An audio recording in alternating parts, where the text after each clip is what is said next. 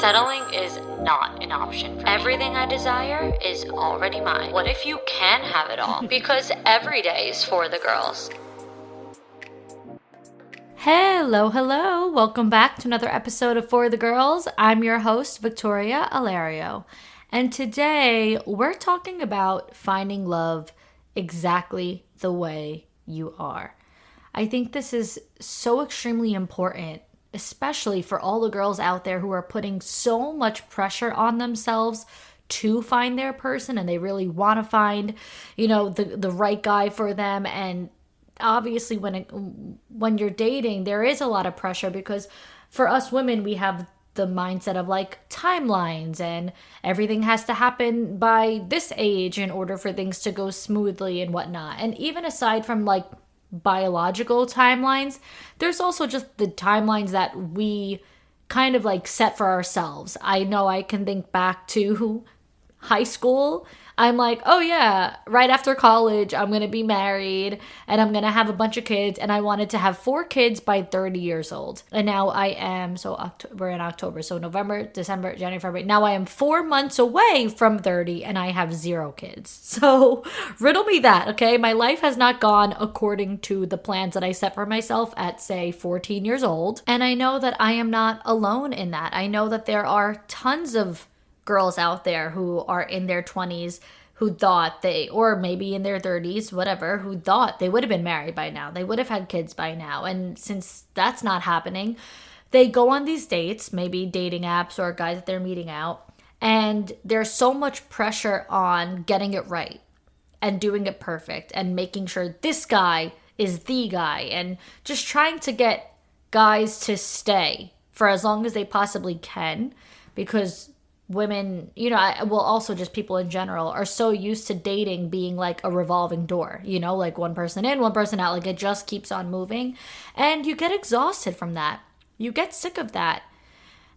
And I think that when women have that feeling of like, when is it going to be my turn? They start to overanalyze and overthink themselves, everything about themselves, their personality, their looks, like. And then you want to try to change things and manipulate things and say, okay, well, if I do this to my hair or if I do this to my face, if I get these cosmetics done, then I'll look prettier. And that's a point. That's a plus. And then if I change this about my personality and I stop doing that thing that I think is maybe annoying, then that's a point. That's a plus there. And now I'm just going to mold myself into like this perfect person that any guy would want to be with. So I can't possibly mess it up because now I look the part and I'm acting the part and I'm great and I'm perfect. And well, I'm sorry to say, but that is not sustainable. That does not last. You can only wear a mask for so long. And I relate to this topic myself. I resonate so deeply and so personally because I've been there. I've done that. You can think of me like your, big sister who's already experienced this. Or if you're older than me, you can think of this like your extremely wise little sister who maybe experienced a lot. And when I was going out with guys, I had this thing where I hated being an oversharer. And I was trying so hard not to be. But what it comes down to is that is just who I am to my core. Since I'm a little girl. I mean, I was a straight A student, A's across the board in all my classes, with a C in conduct. And, had little, on like your report card, there would be like a note for the parents. There was always a note in there, like chatterbox, talks too much. And then there's the parent-teacher conference. And I always had my teachers telling my parents that I'm disruptive because I'm too talkative in class and I distract everybody. I mean, look at what I grew up to be. I'm a literal podcast host and content creator for a living. Like, talking is my full-time job, okay? So mysterious energy is just simply not my energy. And I also have a lot of self-awareness, which I feel like is to a fault. So when I was dating, I was catching myself like going on and like telling stories and talking for so long and sharing so much information and things that like you shouldn't necessarily share on the first date, or you don't need to share on the first date. It's like, okay, let the guy get to know you before you share that information. And I would catch myself even in the moment doing it, but it was like I couldn't stop myself. I was like so hyper aware of it, but it's like the brake doesn't work. Like I can't put it in park. Like it's not working. And I have a friend who at that time I had been talking to, who has really mastered like mysterious energy. And when she would go on dates with guys, they were telling her how like magnetic it is of her to have this like way about her that pulls them in and drives them to want more. And I want to get to know more about you. And because you've shared little to no information, and now I'm like curious, I want to peel back the layers. I want to poke and prod and figure you out. And with me, like there was just nothing to figure out. Like I laid it all out there. I showed all my cards. I was just, what do you want to know? I'll tell you. And so I was talking to that friend, and I guess, yeah, getting some advice or whatever, just expressing myself. And so she was like, I used to be that way, but someone told me once this saying that was like, if you want a new reality, you need a new personality. And so I just started to adapt to that and started to say, okay, what is the reality that I want? Now, what is the personality that aligns with that reality? If I want to be more magnetic, if I want to, call in more guys or, whatever, drive them to want to know more about me, then I need to be more mysterious. And so when she shared that with me, I was like, oh my God, this is it. I'm going to have a new personality. And to be honest, I can't even tell you if I successfully achieved that once. Like, I don't even know if I tried it one time. I don't know if I really can't remember, because I've been with my boyfriend for so long now that when I think back to dates that I had gone on, there's such a blurry, vague memory for me that I'm like, did I ever even pull it off once? Like, was I ever mysterious on a date? I really don't remember. And I kept saying, to myself, like, okay, this is what I'm going to do. This is how I'm going to find my man. This is how I'm going to find my person. And then I met my person. I met my boyfriend. I went out with him. I was my typical self. And fast forward to later on, what all the girls do when you have a boyfriend. It's like, what did you first like about me? Why did you like me? Why did you go out with me again? What was your first impression of me? Like, we all want to hear them tell us over and over and over all the things that they liked about us and noticed about us from the beginning. And so I asked my boyfriend those questions, what he liked about me. And he told me straight up, he liked that I was talkative, and it showed that I was down to earth. And he had met a lot of girls and gone out with a lot of girls who have a more like stuck up vibe, who are hard to have like a real conversation with. And then he met me, and I basically didn't shut the fuck up. And I was like the complete opposite. And it made him comfortable, and we talked about a lot. And I was just like, wait, this is the one thing that I was hoping to not do for all this time. I was hoping to not be that oversharing, talkative person. And then when it came to meeting my person, that's what he liked about me. That's what he loved about me. And it just goes to show that your person will find your quirks endearing. Your person will love those things about you that other people didn't understand, that other people didn't see the charm in. They will find it charming and cute and funny and even a little sexy, that you're just who you are. And obviously for me, well, for him, I think he saw that it radiated confidence in me, because he was like, yeah, like you were so clearly confident in what you were saying, and obviously in just who you are, because I was sharing my opinions and talking. And like, oftentimes people don't want to put their foot in their mouth, or they don't want to say the wrong thing, or they don't want to do the wrong thing, so they kind of, keep their cards close to their chest. And because I was so opposite of that, it showed confidence in just me knowing who I am and understanding who I am. And I do think that could be intimidating for some people, On the other end, aside from intimidating, I also think some people might just not like it. It might just be too much for some people. It might be overbearing. I'm sure there are guys I went out with who was just like, this girl is way too much for me, too much energy. And then I do know that there were also guys I went out with who were intimidated by my big personality because they couldn't match that energy. They weren't on the same level. And so there's all different reasons why who you are won't be right for the wrong people, because you'll never be right for the wrong people. For the wrong people, you will always either be too much or not enough.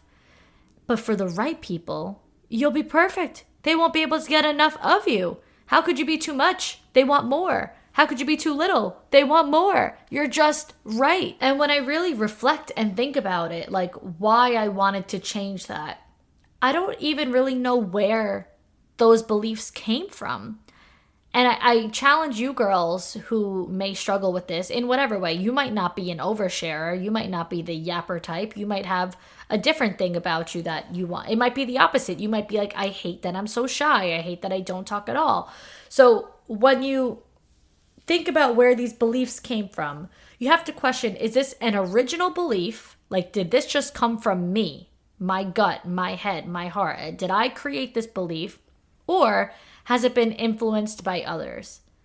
And I think maybe some of it was subconsciously influenced by others for me, because obviously we're consuming so much on social media and watching TikToks and whatnot. And I feel like when I was seeing the girls who were having what seemed to me like more success in dating, I was like, wow, I'm completely opposite of those girls. So if they're having success, I got to take a page out of their book. I do also think, in addition to it being influenced in that way, it also was a subconscious insecurity as well, because I feel like, like I said, because I have so much self-awareness, I really overanalyze a lot of the things that I say and do. And there were so many times where I would go home after and be like, why the fuck did I say that?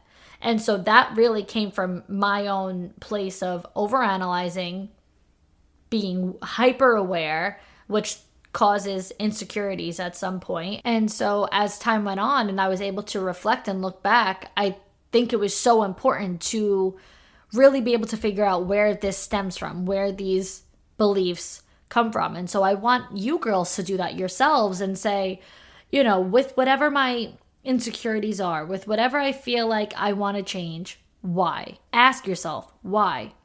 Is it an original belief? Or has it been influenced by others? And I don't mean influenced only by people online, because sometimes there's family members and friends who get in your head too, who tell you, you're doing this wrong, you're doing that wrong, that needs to change. Or maybe even like an ex or a shitty dating experience that you had, and a guy tells you, you know, he doesn't like this about you, or you know how sometimes those manipulative exes are, where they bring up certain things, especially things that they know are a weakness of yours or an insecurity of yours, and they throw it back in your face and they make you really like think about it a little too much. And now it like wraps you up, like you get so absorbed in the thoughts, and now it's consuming your brain, and then it's just, you spiral. Girls, we gotta talk. I know you're sick of settling for the bare minimum. I know you crave more in life. So imagine if you had the tools to stop settling and start raising your standards and start getting everything you want. How would life be different if you developed undeniable confidence? Well, you're about to find out with my Queens of Confidence digital program. It's an 8-module program that has been proven to change lives through recorded coaching videos, journal prompts, worksheets, and a community discussion board for you to ask me any questions and connect with the other members of the program. Topics include the 5 levels of the self, external validation, feminine and masculine energy, boundaries, high standards, communication skills, self-doubt, limiting beliefs, imposter syndrome, daily habits, mindful living, emotional availability, improving your relationships, understanding your needs, attracting everything you want, and more. You get instant access to the entire program right now, and you can watch and learn at your own pace because it's yours forever. And right now, it's on a limited time discount, so you can have it all for a discounted price if you buy now. Some of the queens who have completed the program said it's one of the best investments I ever made. Vic is an expert when it comes to confidence. I love how comfortable she made me feel, but at the same time, she told me exactly what I needed to hear so I can grow. In only a couple of weeks, my life is already changing. So girls, invest in yourself. You're worth it and your 2.0 self will thank you. Head to victoriaalario.com or click the link in the show notes and get the program on a discounted rate for a limited time now. Do you struggle to find comfort in your body? Do you experience cravings, bloating? If so, then you need Hormone Harmony, the solution for women of all ages to maintain optimal hormone levels. It reduces bloating and discomfort and supports your mood and general well-being. Happy Mammoth, the company that created Hormone Harmony, is dedicated to making women's lives easier. It has 0 sugar and is gluten-free, dairy-free, non-GMO, and third-party tested. And the biggest benefit? Feeling like myself again. That's what women mention over and over in the reviews, and there are over 17,000 reviews for Hormone Harmony. For a limited time, you can get 15% off on your entire first order at happymammoth.com. Just use the code FORTHEGIRLS at checkout. That's happymammoth.com and use the code FORTHEGIRLS for 15% off today. I know every girl that struggles with her weight is sick of being told diet and exercise only by doctors when it comes to weight loss strategies, because sometimes there's more to it. A friend of mine was actually denied safe and affordable medications and told to get a bike. But I just found Mochi Health, a telehealth platform for weight loss that's dedicated to providing holistic, patient-centered care. Mochi Health includes visits with board-certified doctors, nutrition consultants, and medication delivered right to your door, including GLP-1s like Ozempic and generic compounded versions that are actually affordable and accessible regardless of insurance coverage. Their dietitians work hand in hand with your medication to create personalized nutrition plans that fit your lifestyle and help you reach your weight loss goals by making easy and sustainable changes to achieve results. So get started at joinmochi.com and be sure to use my code FORTHEGIRLS to get $40 off. That's joinmochi.com and code FORTHEGIRLS for $40 off. So I think when it comes to rewiring your brain, step one is being able to answer the question of why you want to change these things, where the beliefs came from. And then once you have that answered, and yes, I do think you should journal about it and really just like get all your feelings out there. But once you have this question answered, then you're going to shift your mindset to, why would I want to be with someone that I'm not even comfortable being myself with? That is the question. Why would I want to be with a guy who I have to change certain things about myself to be with? Because what it comes down to is this: the right guy for you is going to make you feel so beautiful even when you don't feel beautiful, even when you feel gross. So it's not like the right guy for you would ever bring out insecurities in you physically. They would never make you feel like you need to change your hair, change, the way that you look. Why? Okay, here's my problem. I cannot even say certain sentences because if you're anything like me, certain words trigger certain songs and in certain moments. So like me saying change your hair makes me want to say right now, like, you can change your hair and you can change your clothes. You could change your mind, that's just the way it goes. You could say goodbye and you could say hello, but you'll always find your way back. Okay, so Hannah Montana just came to my head as soon as I said change your hair. This is like a thing between my cousin and me where all you have to say is like one certain sentence, one key word, and then we just break out in song. But anyway, my point is, the right guy for you is just never going to bring out insecurities and never make you feel like you need to make certain changes to yourself physically. And then the same for internally and your personality. And they're not going to, the right guy for you is not going to tell you, you do this wrong, you do that wrong, I don't like this about you, this needs to change. They're not going to trigger these certain feelings from you. They're not going to bring up insecurities within you. And if they did, why would you even want to be with them? Why should you have to cater to someone who has a problem with you when you could be with someone who has no problems with you? It also goes back to a point that I've brought up so many times, which is when dating, stop worrying about whether or not they like you and start asking yourself, do I even like them? And I don't know where this really comes from. I think a lot of it has to do with the fact that women and girls just want to be picked by someone. They just want to have someone finally say, you're the one, you're perfect, you're mine, this is it, I pick you, I choose you, I love you, so on and so forth. And so the mindset in dating really oftentimes turns into, does he like me? What could I change to make sure he likes me? And when you're so wrapped up in that and consumed with making sure he likes you, you're making no time to actually analyze and vet him and say, but do I like him? Because what is there to like about someone who doesn't desire you exactly the way that you are? He might be funny and cute and sexy and has good money and has a good job and all that, but so what? So do millions of other guys. More importantly than all of those things, all of the surface level shit, is who that man is and if he is right for you. Because again, someone could have all the great things on the surface, but still not be right for you. So if you're so worried about him liking you and picking you and choosing you based on the surface, have you even given a thought to if this guy would be right for you emotionally? Is there a soul connection? Can you actually connect like heart to heart? Is there that real spark there? I'm not talking about the chemistry spark. I'm talking about the like, we are meant to be together spark, because there's a big difference. You could have chemistry with a lot of guys and it's still not the same as having that feeling of like, you are for me and I am for you. Quite frankly, I don't even think it would be possible to feel that spark if it's not reciprocated. I think it has to be a mutual spark. It cannot be one-sided. You cannot be like, we are perfect together, we are meant to be, he is for me, I am for him, if he does not feel the same way. That spark only exists when it is a true soul connection that goes both ways. So you have to be able to answer the question of, do I like him? Not just, does he like me?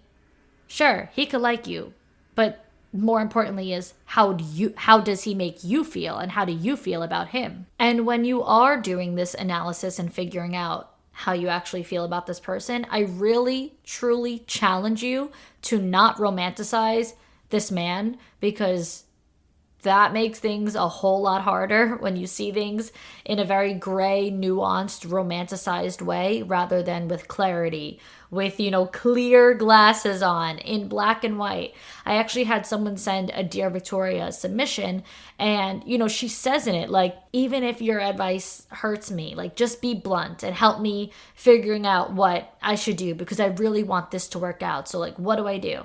And it's the same thing that I'm going to say in just about every single episode. Like, I think when you ask these questions, you already have the answer. You wouldn't even be asking me if you thought like this was going the right way. If things felt right, if he was pursuing you properly, if everything felt like it made sense, you wouldn't even be emailing me. You wouldn't even be asking me. And so in that submission and just in general, there was like this topic of her having to constantly do the most. Like, if they're going to talk, it's only because she talks to him. If they're going to hang out, it's because she initiates the plans. Like, she has to do a lot. And like, I noticed that this is a thing too, where girls have been convinced that that's normal or that that's what they should be doing. And I just could not, that to me could not be further from the truth. It's similar to the saying of, when they're like, well, relationships are hard and things are hard. Like,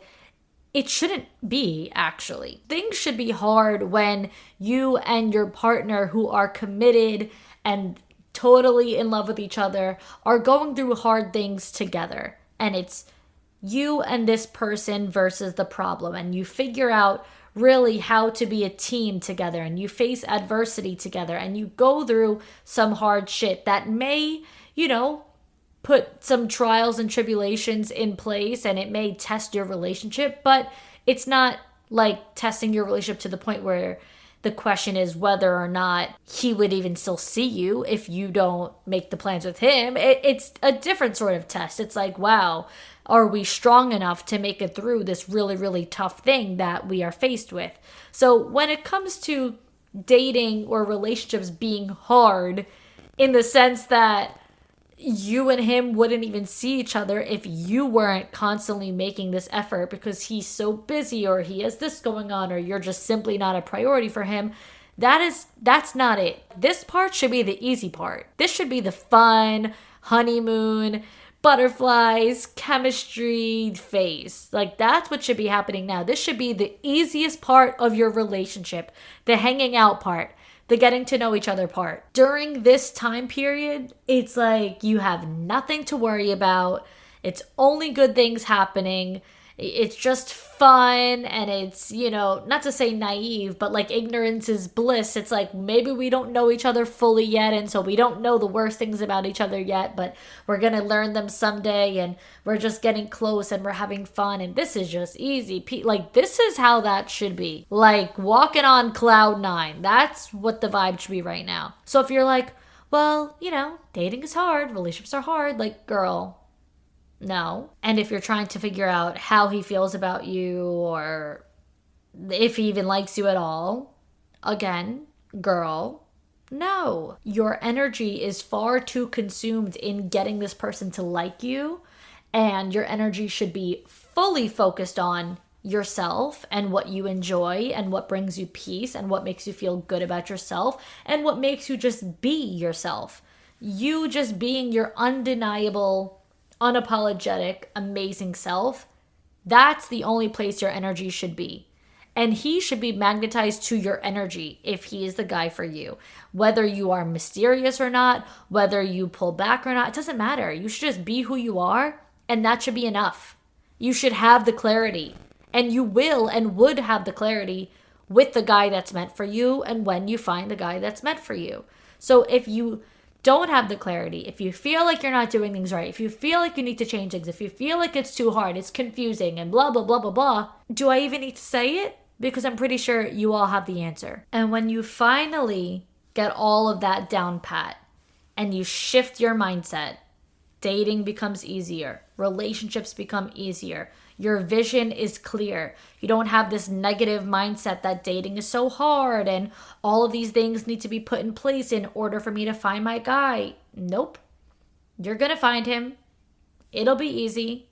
It might be hard to navigate dating when you deal with, the wrong guys.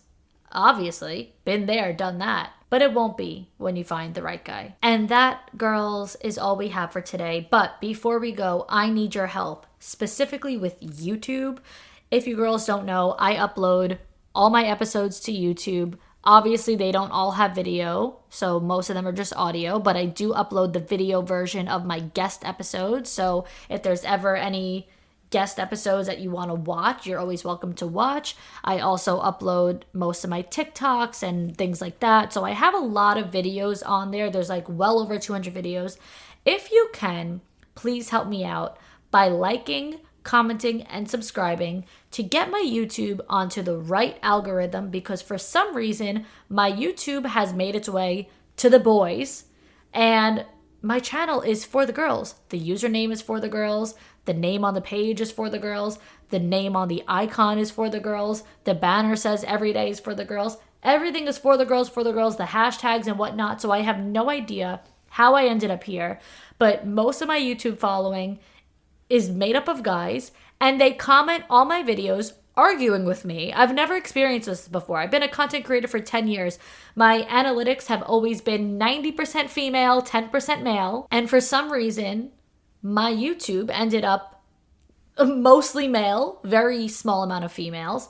And I have no women commenting my stuff because they're not even seeing it. It's all men arguing with me, being like, this advice sucks. Oh, you're going to end up alone with 10 cats. Like, what? Like, these people are just weird and creepy and angry. They comment talking about body count. I'm like, oh my God, this is what happens in this neck of the woods. They comment asking me, oh yeah, what's your body count? If you're giving all this dating advice, let's hear how many guys you... I'm like, oh my God, you should not even be allowed on social media because you don't even have conversation etiquette. Like, what even is that?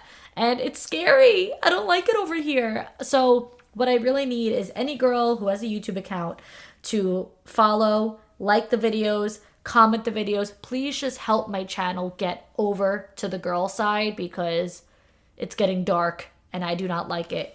And while you're at it, if you have not yet left me a review and a rating where you listen to the podcast on Apple Podcasts and Spotify, please do so. You can leave 5 stars on Spotify, 5 stars on Apple. You can leave a general review of the whole show on Apple. And then you can answer the questions per episode on Spotify where it says, what did you think of this episode? You could respond there and leave a little review for each episode.